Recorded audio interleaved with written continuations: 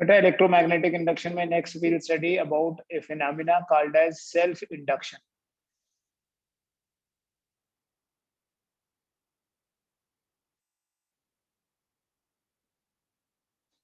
Self induction, another name for it is inertia of electricity.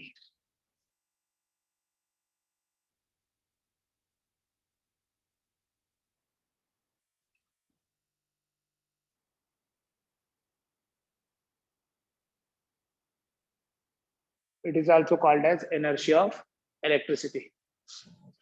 क्या है बेटा ये फिनोमेना, उसकी बात करते हैं।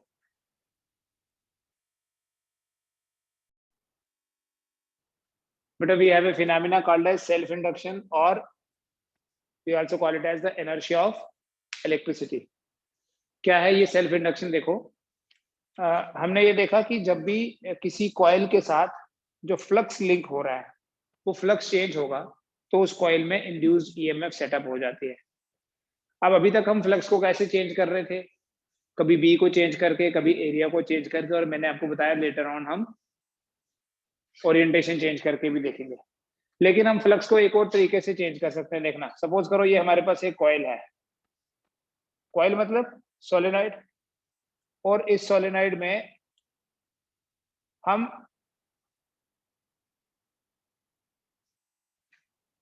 करंट फ्लो करवाते हैं, लेकिन ऐसी करंट जिसको हम चेंज कर सकें, कम ज्यादा कर सकें। ये टैपिंग की होती है बेटा। टैपिंग की से क्या कर सकते हैं हम? टैपिंग की से ना परमानेंट कॉन्टैक्ट नहीं बनाते हैं, टैप करते हैं ऐसे, इसको कनेक्शन हो जाता है, पर वो परमानेंटली रहता नहीं, दोबारा आ जाता है ऊपर। टैप टैप ऐसे करते जाएंगे तो वो ऑन ऑफ होता जाएगा, तो करंट चेंज होती है। अदरवाइज हम चेंजिंग करंट किसी एसी सोर्स की हेल्प से प्रोड्यूस करते हैं। सिंस अभी हमने एसी नहीं पढ़ा है तो हम डीसी को कैसे चेंज करेंगे? सर्किट को ऑन ऑफ करते रहेंगे। तो करंट के चेंज होने से क्या होगा?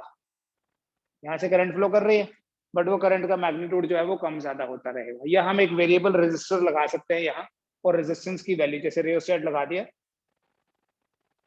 ठीक है, वेरिएबल रेजिस्टर लगा दिया, और हम उस रियोस्टेट की पोजीशन को चेंज करते रहे। तो पर्पस क्या है? करंट को चेंज करना है, जैसे मर्जी करो। करंट के चेंज करने होने से क्या होगा? देखो, करंट के कारण मैग्नेटिक फील्ड होता है, और अगर करंट चेंज होगी तो मैग्नेटिक फील्ड चेंज होगा, और मैग्नेटिक फील्ड चेंज जब इस कॉइल के साथ लिंक हो रहा है तो इस कॉइल में इंड्यूस्ड ईएमएफ सेटअप हो जाएगी। ठीक है, पहली सिचुएशन, पहली चीज तो यही है। Whenever changing current, whenever changing current flows in a coil, comma डाल के लिखना, an induced EMF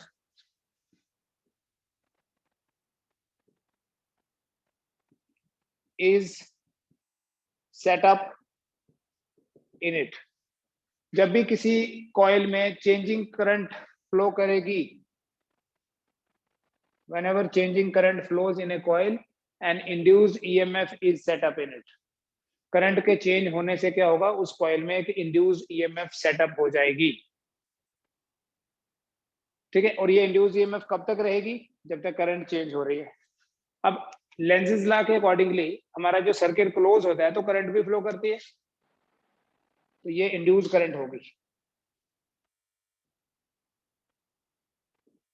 ये इंड्यूस्ड करंट इस डायरेक्शन में क्यों बनाई? क्योंकि इंड्यूस्ड करंट या इंड्यूस्ड ईएमएफ हमेशा अपने कॉज को अपोज करती है। तो यहाँ पर कॉज क्या है? ये वाली मेन करंट है जो हमारी, इस करंट के कारण, इस करंट के चेंज होने के कारण ही इंड्यूस्ड करंट एस्टैब्लिश हुई। तो इंड्यूस्ड करंट हमेशा अपने कॉज को अपोज करती है। The induced current setup in the coil, the induced current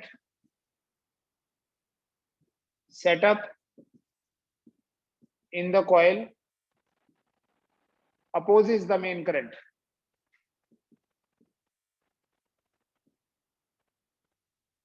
coil में जो इंड्यूस करंट सेटअप हो गई है वो मेन करंट को अपोज करेगी।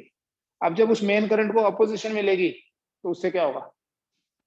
ये करंट का जो ग्रोथ है, इसमें जो राइज हो रहा है उसको अपोजिशन मिलेगी, तो करंट का जो राइज है वो स्लो हो जाएगा। Therefore the current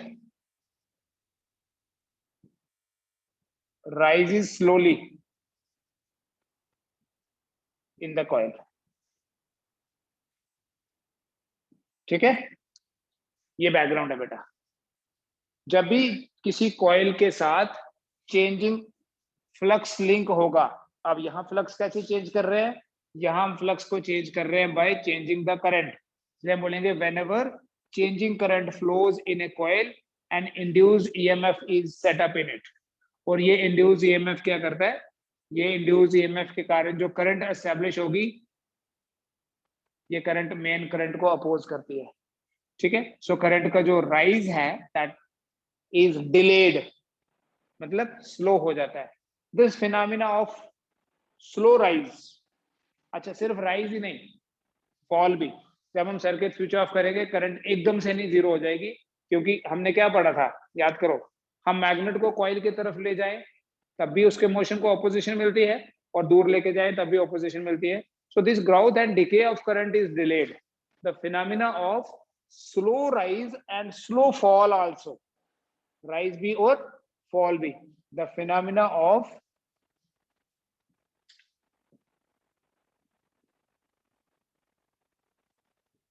slow rise और स्लो फॉल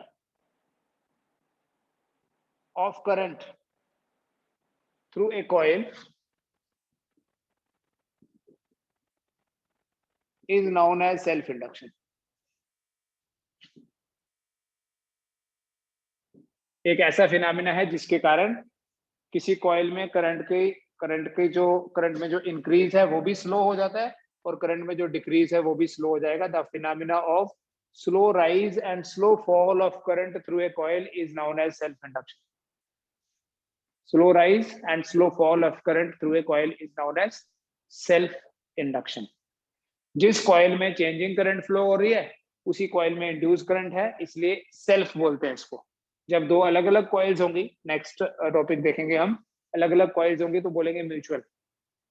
ठीक है, ट्रांसफार्मर जो है वो म्यूचुअल इंडक्शन पे बेस्ड है, तो किसी एक कॉइल में अगर हम चेंजिंग करंट को अलो करते हैं, करंट के चेंज होने से उसमें इंड्यूस ईएमएफ और फिर इंड्यूस करंट भी एस्टैब्लिश हो जाएगी जो मेन करंट को अपोज करेगी। So the growth of current will be delayed, the phenomena of slow rise और स्लो फॉल। एंड इसीलिए इसको इनर्शिया भी बोलते हैं, इनर्शिया ऑफ इलेक्ट्रिसिटी। जैसे मैकेनिकली इनर्शिया क्या होता है, it is the inability of a body to change its state. तो यहाँ पर भी करंट एकदम से नहीं बढ़े जा रही है, करंट को बढ़ने में अपोजिशन मिल रही है। जैसे किसी बॉडी को रेस्ट से मोशन में लाना है तो we have to do something, otherwise opposition मिलेगी। So this phenomena of slow rise and slow fall of current through a coil is known as self induction. बेटा ऐसा किसी डीसी सर्किट में नहीं होता, मतलब अगर हमारे पास यहाँ कॉइल की जगह कोई वायर होती जिसका कुछ रेजिस्टेंस होता तो ऐसा नहीं होना था। आपको ड्रिफ्ट वेलोसिटी वाला कॉन्सेप्ट समझाया था, हम स्विच ऑन करते हैं उसी टाइम बल्ब ऑन हो जाता है। ठीक है, वहां कोई डिले नहीं है, लेकिन अगर कॉइल होगी तो there will be delay, right. और अगर हम इस चीज को ग्राफिकली देखें, along x एक्सिस में टाइम ले लेता हूँ, along y एक्सिस में करंट ले लेता हूँ, तो करंट को बढ़ने में टाइम लगेगा। Current will take some definite amount of time to go from 0 to maximum, and maximum to 0 भी होने में टाइम लगेगा।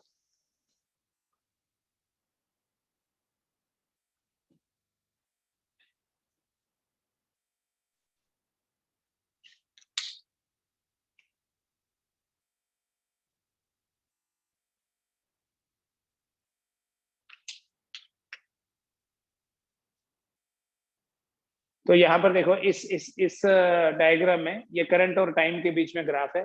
ओ ए जो है, ओ ए को बोलते हैं राइज टाइम।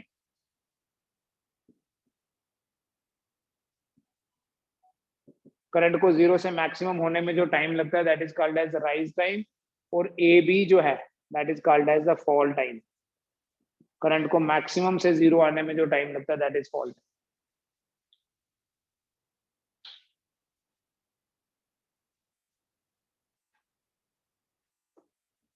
ठीक है, some amount of work is required by this external source to establish the current. तो करंट को एस्टैब्लिश होने में टाइम लगेगा क्योंकि सेल्फ इंडक्शन है इस कॉइल में। इस कॉइल की प्रॉपर्टी है कि जब भी इसमें चेंजिंग फ्लक्स लिंक होगा तो इसमें इंड्यूस्ड ईएमएफ सेटअप हो जाएगी, ठीक है, सर्किट क्लोज होगा तो करंट फ्लो करेगी, और लेंज़ लॉ सेज कि इंड्यूस करंट हमेशा अपने कॉज को अपोज करती है. So this phenomena of slow rise and slow fall of current through a coil is known as self induction. ठीक है, अब इसको मैथमेटिकली समझिए बेटा. किसी पर्टिकुलर टाइम पे इस कॉइल के साथ कितना फ्लक्स लिंक हो रहा है वो डिपेंड करता है कि तब करंट कितनी फ्लो कर रही है. यहाँ फ्लक्स किसकी वजह से हुआ? Current. The flux linked with the coil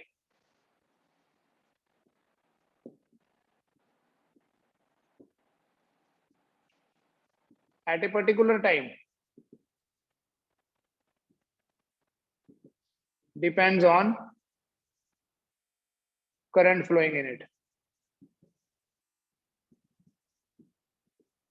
कितना फ्लक्स इस कॉइल के साथ लिंक हो रहा है वो डिपेंड करता है कि उसमें करंट कितनी फ्लो कर रही है, क्योंकि बेटा ये करंट का ही फ्लक्स है, ये करंट के कारण ही मैग्नेटिक फ्लक्स यहाँ एस्टैब्लिश हो रहा है. सो हम मैथमेटिकली बोलेंगे therefore phi is directly proportional to I. इस एक्सप्रेशन को इंपॉर्टेंट समझना बेटा, ये वैसे है जैसे जैसे इलेक्ट्रोस्टैटिक्स में हम बात करते थे कैपेसिटेंस की. अगर आपको याद हो हमारे पास एक एक्सप्रेशन था Q is directly proportional to V. ठीक है, या करंट इलेक्ट्रिसिटी में भी था V is directly proportional to R. तो यहाँ phi is directly proportional to I है.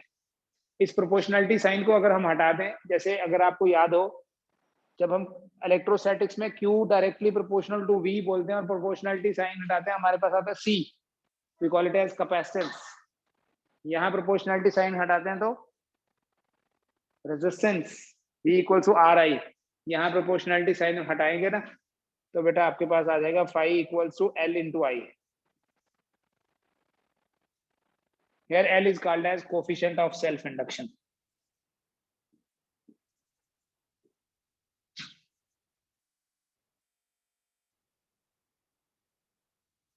या इस L को बोलते हैं सेल्फ इंडक्टेंस ऑफ कॉइल.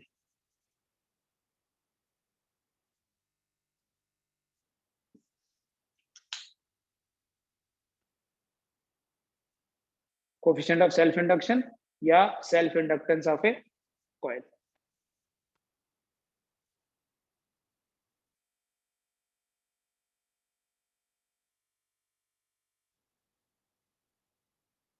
और सिंपली इस L को इंडक्टेंस भी बोलते हैं.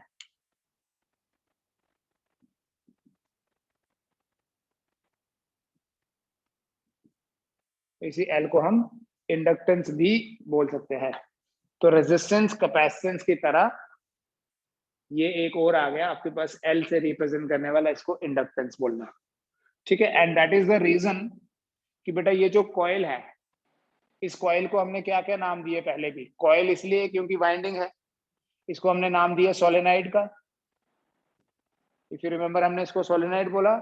आज के बाद आप इसको इंडक्टर भी बोल सकते हैं. Just like we had capacitor, we have resistor, and we now have inductor also. So a coil is called as inductor because उसमें self induction होता है. तो अगर आप मैथमेटिकली देखो ये जो L है this will be equal to phi divided by I. इसका यूनिट बनेगा वेबर पर एम्पियर.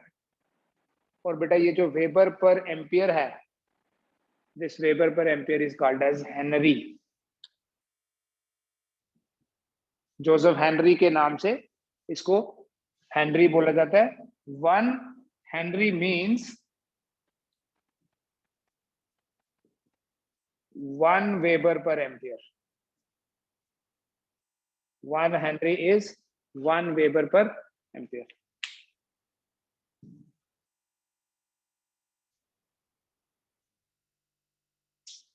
ठीक है, and we have some smaller units also like milli henry, 10 raised power minus 3 Henry.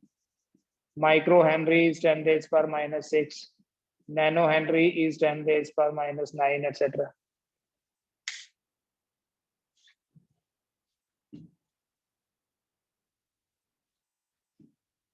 हम इसको अगर इस L को अगर मैथमेटिकली डिफाइन करना है ऐसे देखो, अगर करंट की वैल्यू 1 एम्पियर है किसी पर्टिकुलर टाइम में, 1 एम्पियर करंट फ्लो कर रही है, then L will be equal to 5. ठीक है, so coefficient of self induction या self inductance of a coil is numerically equal to flux linked with the coil when unit ampere current flows through it. मतलब flux किसकी वजह से है? Current की वजह से. So coefficient of self induction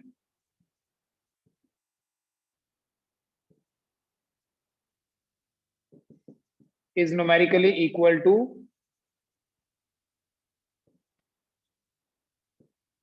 flux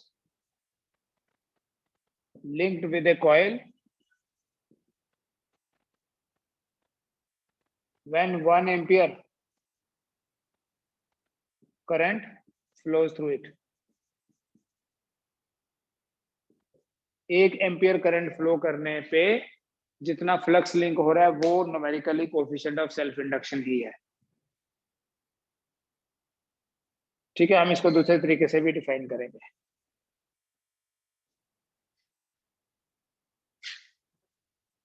जो इलेक्ट्रोमैग्नेटिज्म है, according to laws of EMI,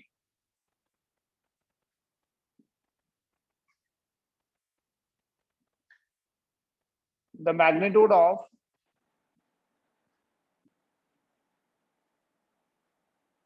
या मैग्नीट्यूड भी छोड़ो, पूरा ही लिखते हैं. द इंड्यूस्ड ईएमएफ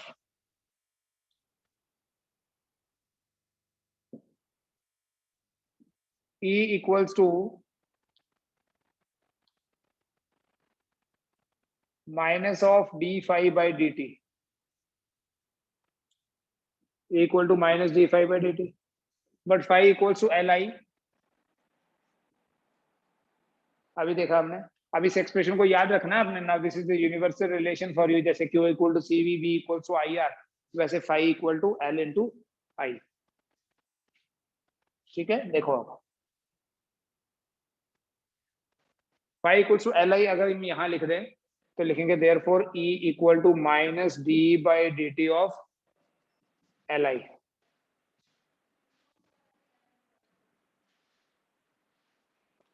ठीक है, L तो कांस्टेंट है, so E equal to minus L into di by dt.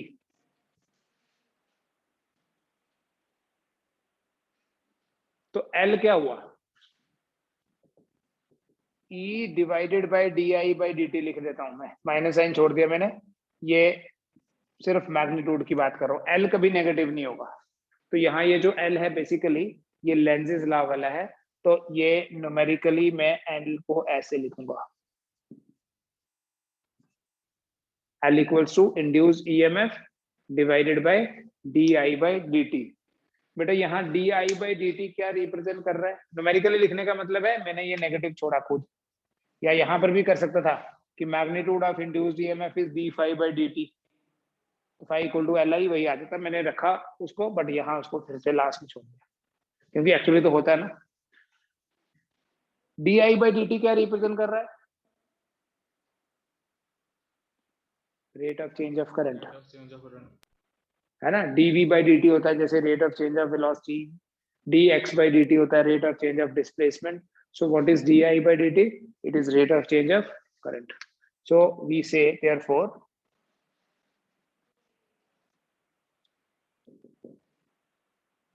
अगर di by dt 1 ampere per second है, कितना? 1 ampere per second, then L equals to E. So this is another way of defining L. Coefficient of self induction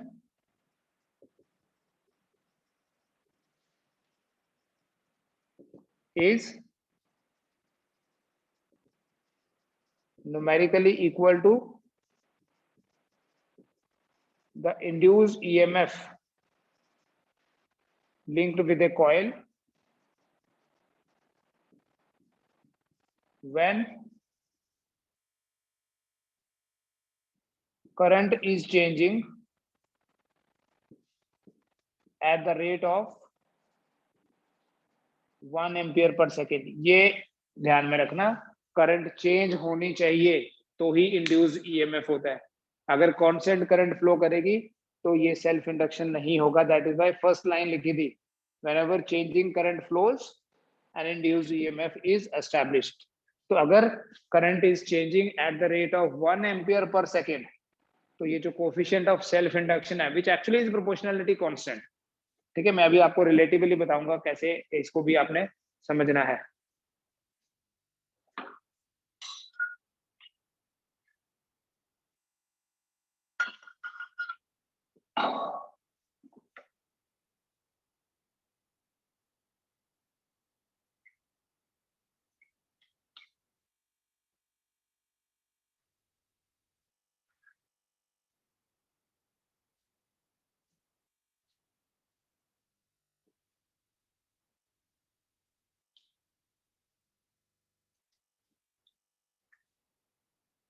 फिर आगे देखो बेटा,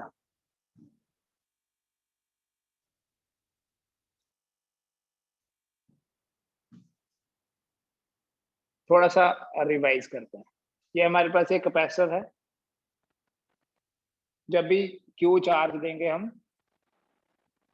potential difference V होता है, capacitance C होता है, तो हमारे पास इक्वेशन क्या है, Q इक्वल टू CV,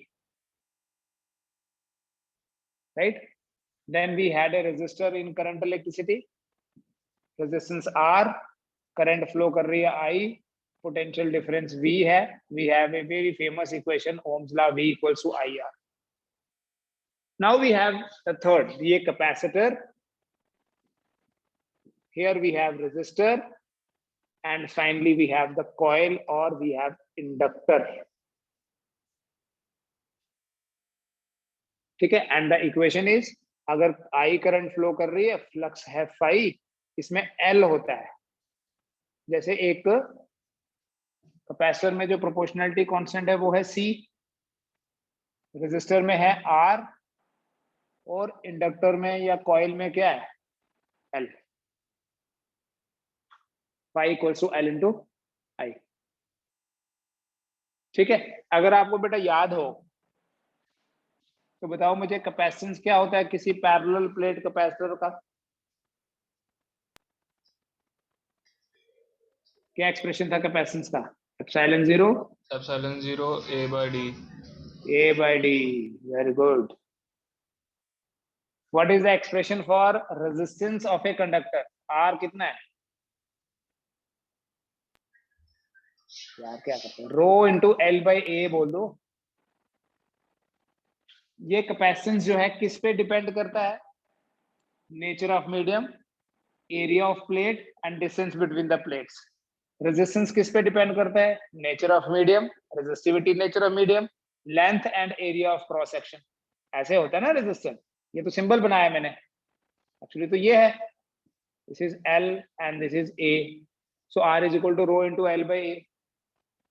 बेटा किसी भी कैपेसिटर का कैपेसिटेंस ना तो चार्ज पे डिपेंड करता है ना पोटेंशियल पे डिपेंड करता है, ये भी आपको समझाया था। जैसे जो रेजिस्टेंस है वो B और I पे डिपेंड नहीं करता, रेजिस्टेंस तो उस कंडक्टर की, उस मटेरियल की प्रॉपर्टी है, उसकी लेंथ कितनी, उसका एरिया ऑफ क्रॉस सेक्शन कितना, वो कॉपर का है या एल्यूमिनियम का है। हम वोल्टेज लगाएं उससे रेजिस्टेंस चेंज नहीं होगा, रेजिस्टेंस तो फिक्स्ड है एक पर्टिकुलर डिवाइस का। इन द सिमिलर वे यहां मैं नहीं लिख रहा हूं कि L कितना है, मैंने आपको बोला तीन चीजें हैं हमारे पास, एक है C, एक है R, और एक आ गया आपके पास क्या, L। इक्वेशंस तो ठीक है, यहाँ आप C बोलते हैं फैरेड में मेजर करना, R बोलते हैं ओम में करना, तो ये L आपको बता दिए हेनरी में होता है।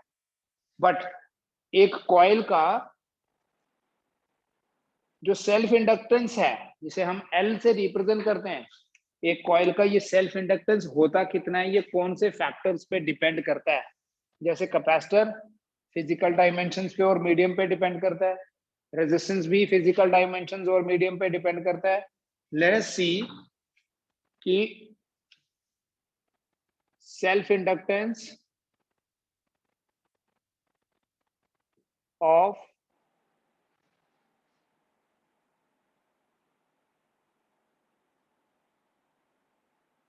एक कॉइल कितना है। Coil mean solenoid, self inductance of an inductor भी बोल सकते हैं, किसी सोलेनोइड का सेल्फ इंडक्टेंस जो है वो कितना है वो फाइंड करते हैं।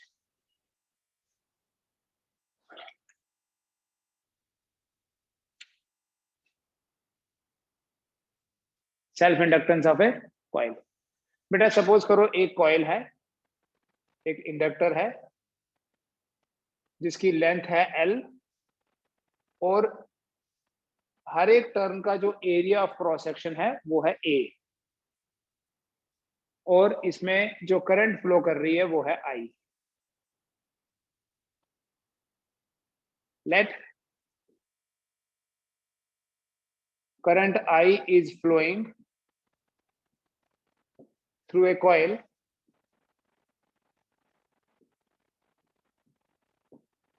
having length L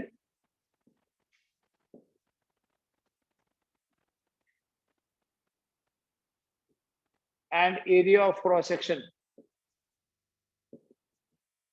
A.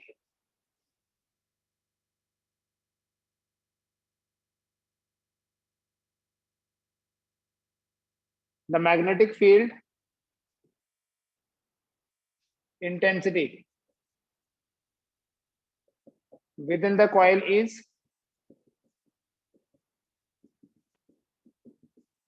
किसको याद है बेटा किसी भी सोलेनोइड का मैग्नेटिक फील्ड का एक्सप्रेशन एम्पियर सर्कुलर लॉ के बेसिस पे कैलकुलेट किया था? Mu naught n I, mu naught n I. Very good. अब इस एक्सप्रेशन में ये n क्या है बताओ, what is this n? Number of turns per unit length. Very good Mehtab, number of turns per unit length. Mehtab की आवाज है ना, या कोई और बोल रहा है?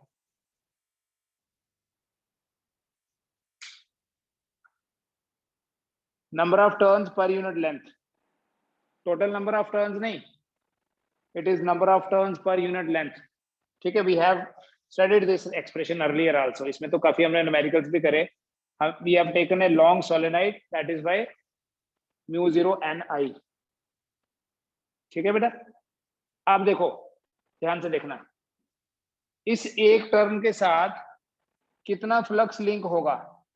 अगर इसका एरिया A है तो फ्लक्स हो गया B into A, flux linked with magnetic flux linked with each turn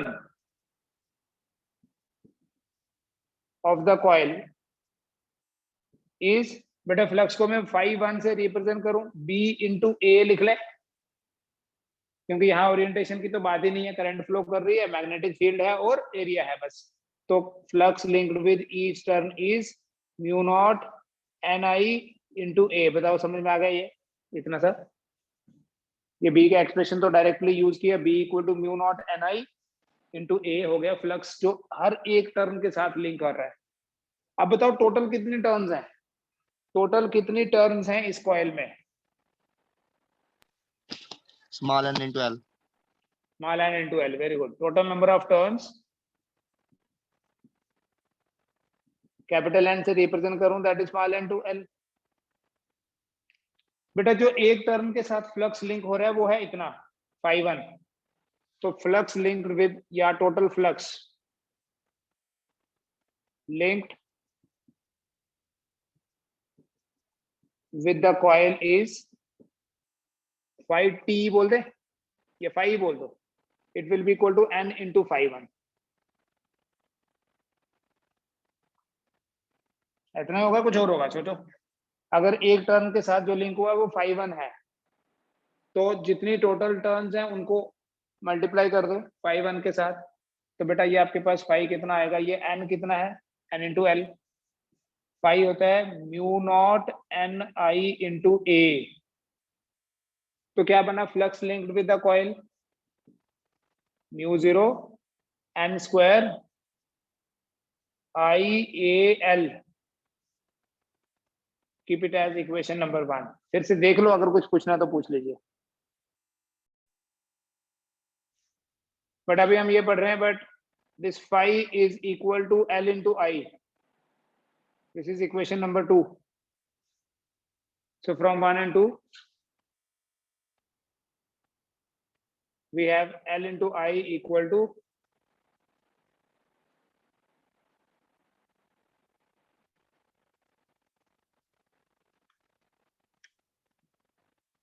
this I and I will be out.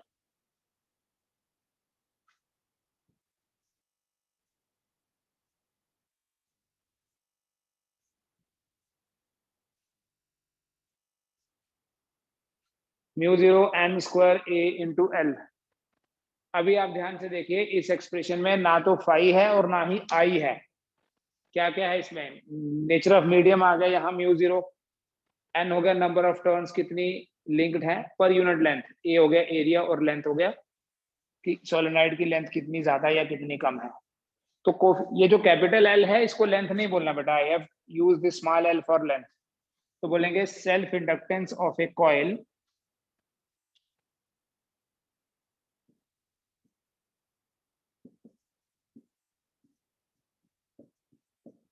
is independent of number 1 flux linked with the coil and number 2 current flowing in it। Flux के साथ flux के ऊपर depend नहीं करता और ना ही depend करता है करंट पे। किस पे डिपेंड करता है? It depends on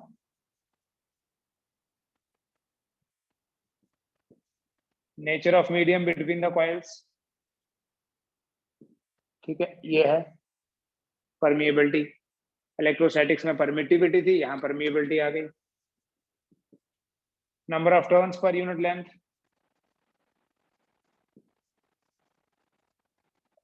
area of each turn,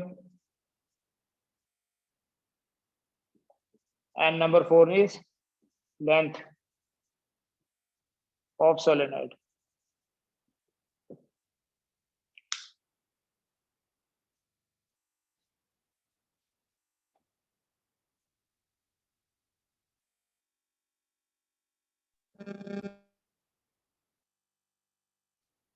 ठीक है, मतलब फिजिकल डायमेंशंस और nature of medium. Just like resistance का भी ऐसा ही था expression.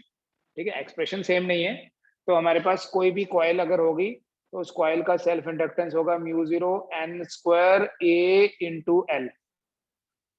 This is self inductance of a coil, L equal to mu naught n square a into l. ठीक है, अभी देखो ये कैपिटल N जो है it is equal to small n into l. तो स्मॉल n की जगह हम क्या लिख सकते हैं?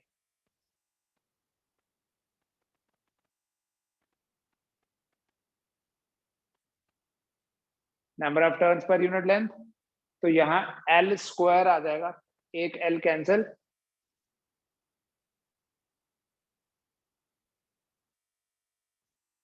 ऐसे भी आप इस एक्सप्रेशन को यूज कर सकते हैं।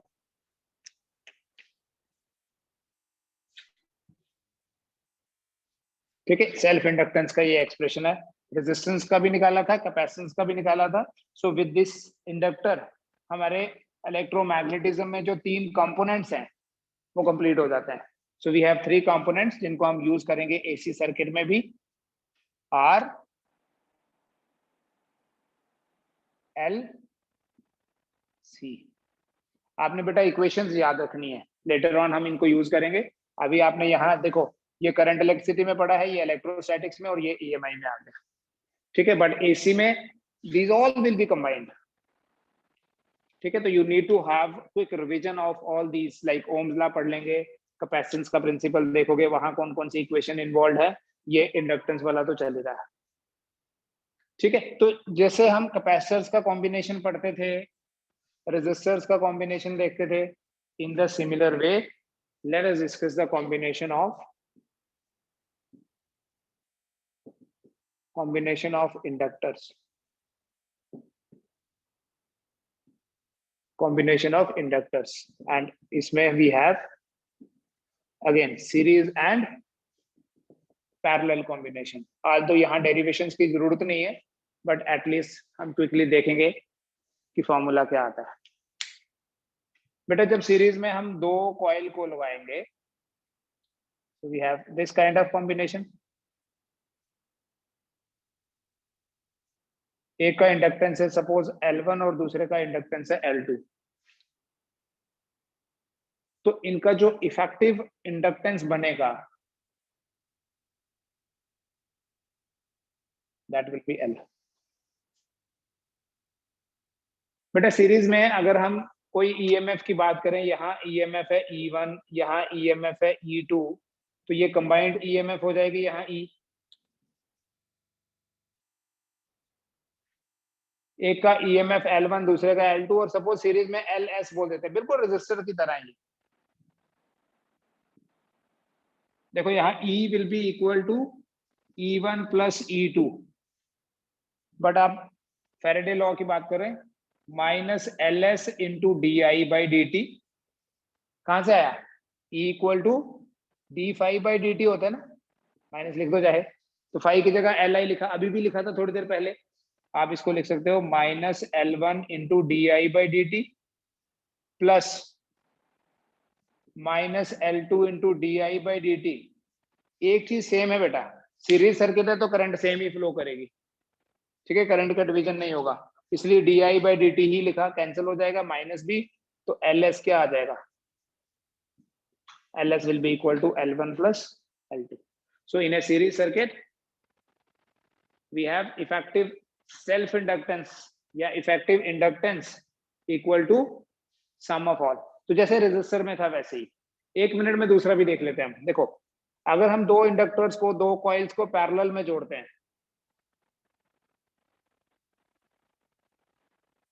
सपोज एक का इंडक्टेंस L1, दूसरे का L2, तो पैरेलल में तो आएगा बेटा LP।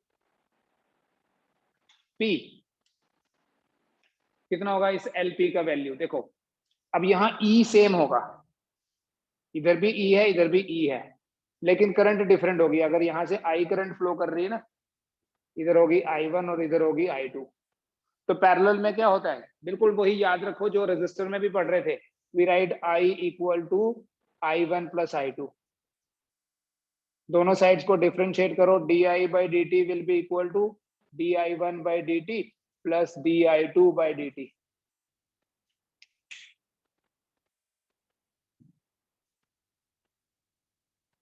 नेक्स्ट क्या होगा? देखो देखो इक्वेशन क्या थी? E equal to minus L into DI/dt, तो DI/dt क्या हुआ? E/LP with minus. DI1/dt क्या हुआ? E/L1, E/L2 माइनस जरूर रखना, माइनस E कैंसिल हो जाएगा, 1/LP equal to 1/L1 plus 1/L2। Prove तो मैंने कर लिया, बट आपको कोई जरूरत नहीं है करने की, कोई मुश्किल है भी नहीं वैसे। डायरेक्टली याद रखिए, जो रेजिस्टर में फॉर्मूला था वही इंडक्टर में होता है, कैपेसिटर में उल्टा होता है, इफ यू रिमेंबर, ठीक है। रेजिस्टर और इसमें सेम होता है, तो न्यूमेरिकल्स में हम डायरेक्टली इनको यूज करेंगे, ठीक है। इतना रखिए, कल हम बात करेंगे एनर्जी की। फॉर दैट आपको मैं थोड़ा सा एक काम दे देता हूँ, थोड़ा सा रिविजन करके आओ। जब हमने इलेक्ट्रोस्टैटिक्स में कैपेसिटेंस की बात की थी, उसमें बात की थी energy stored in a capacitor, तो ये एक्सप्रेशंस देख के आओ at least, energy stored in a capacitor and energy density देख के आना, ठीक है। Will continue with energy stored in inductor tomorrow. इसके अलावा मैंने आपको कुछ क्वेश्चंस दिए हैं, थ्योरेटिकल क्वेश्चंस हैं, एमसीक्यूज नहीं है, but very important questions competitive point of view से, उनको भी आप देखो कैसे करने हैं। ईएमआई बहुत इंपॉर्टेंट चैप्टर,